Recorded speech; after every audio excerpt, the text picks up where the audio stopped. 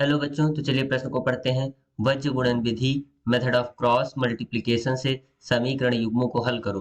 दिए हुए समीकरण है 3x धन 2y धन 25 बराबर 0 और दूसरा समीकरण दिया है 2x धन y धन 10 बराबर 0। तो चलिए बच्चों, सबसे पहले प्रश्न की मूल अवधारणा देख लेते हैं। माना बच्चों, हमारे पास दो समीकरण है a1x धन b1y धन c1 बराबर 0 और दूसरा रैखिक समीकरण है a2x धन b2y धन c2 बराबर 0।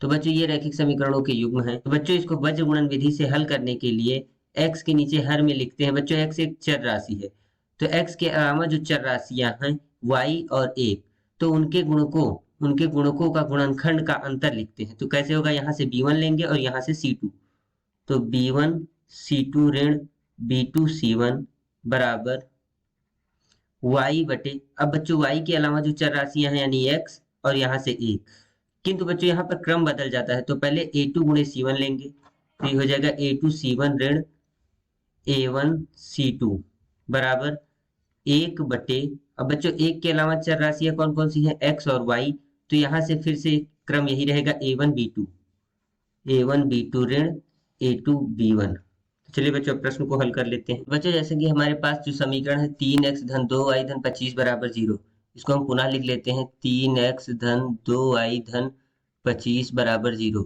और दूसरा दिया हुआ समीकरण है 2x धन y धन 10 बराबर 0, 2x धन 2y धन 10 बराबर 0 बराबर 0।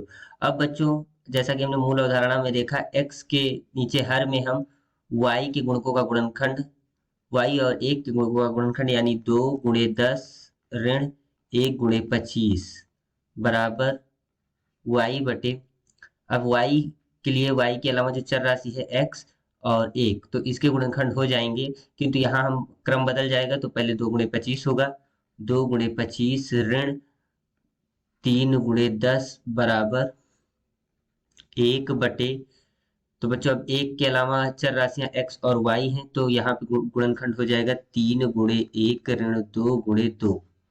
इसको आगे हल कर लेंगे तो x बटे 20 ऋण 25 बराबर y बटे 50 ऋण 30 बराबर 1 बटे 3 ऋण 4 को आगे हल करते हैं। तो ये हो जाएगा x बटे, यहाँ से 20 ऋण 25 हो जाएगा ऋण 5 बराबर y बटे 50 ऋण 30 हो जाएगा बच्चों 20 बराबर 1 बटे ऋण 1। यहाँ से बच्चों 3 ऋण 4 हो गया ऋण 1।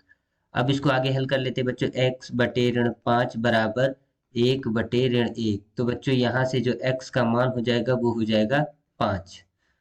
इसी प्रकार बच्चों y बटे 20 बराबर 1 बटे ऋण 1 हो जाएगा बच्चों, तो यहाँ से जो y का मान होगा वो होगा बच्चों ऋण 20। तो बच्चों यहाँ से हमें इन रैखिक युग्मों को हल करने के बाद, रैखिक समीकरण के युग्मों को हल करने के बाद x बराबर 5 और y बराबर 20 मिल गया बच्चों। आशा करते हैं आपको हल समझ में आया होगा। धन्यवाद।